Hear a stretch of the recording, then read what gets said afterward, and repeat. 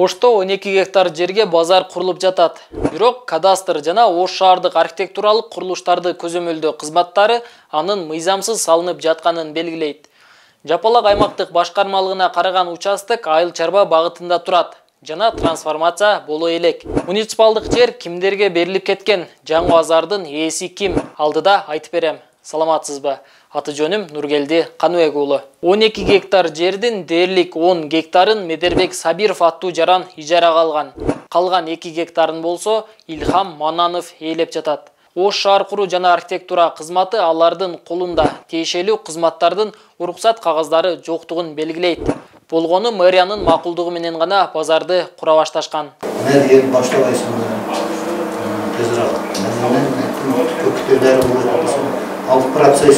Мен болгону трансформацияны биз жасаган элек мэрия. Келишимдер түзүү, инвесторлорду тартуу, ал УМС иш алып барган ал боюнчачы.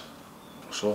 А биз эми трансформацияда ошо бир аз кемчиликтер болгончо биз кайра башынан баштадык да. Маселе менде только трансформация. Мыйзамга ылайык жер аянтынын багыты өзгөргөндөн кийин гана базар курууга уруксат берилет. Бул тууралуу Айыл Чарба багытындагы мыйзамда жазылган. Анын 11-чи беренесинде менчик ээси жерди Айыл Чарба багытында колдонбой, курулуш курам десе, ыйгарым укуктуу мамлекеттик орган сотко кайрылып, жерди мамлекеттин пайдасына алат деп көрсөтүлгөн.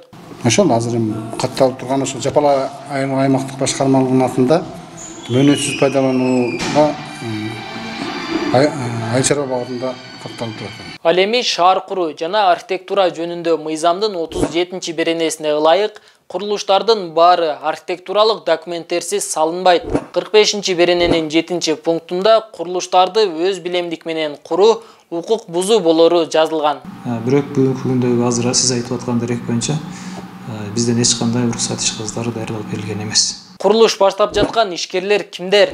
Ачык булактарда Медербек Сабиров Ош облустук бажы кызматынын мурдагы жетекчиси болгону тууралуу маалыматтар бар. Кыймылсыз мүлктөрдү ижарага берүү кызматын көрсөткөн Берекет ЛТД жоопкерчилиги чектелген коомунун ээси.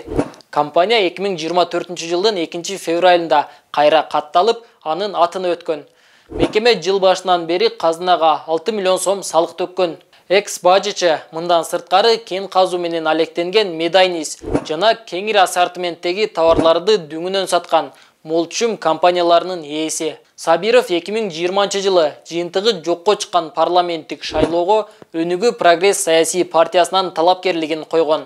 Ал эми экинчи ишкер Илхам Мананов болсо жогорку кеңештин экс-депутаты. 2015-жылы КСДП партиясы менен депутат болгон. 1997-жылдан 2015-жылга чейин Ички иштер министрлигинин Ош облусундагы бир канча бөлүмдөрүндө жетекчилик кызматта иштеген. Маннанов 2020-жылы парламентке Мекеним Кыргызстан партиясы менен талапкерлигин коюп, бирок Аравандагы массалык мушташка байланыштуу четтетилген. Жыйынтыктап айтканда 12 гектар жердин ижарага берилип, базар курулуп жатканы мыйзамга каршы келет. Жер тилкесин мурдагы чиновниктер ижарага алган.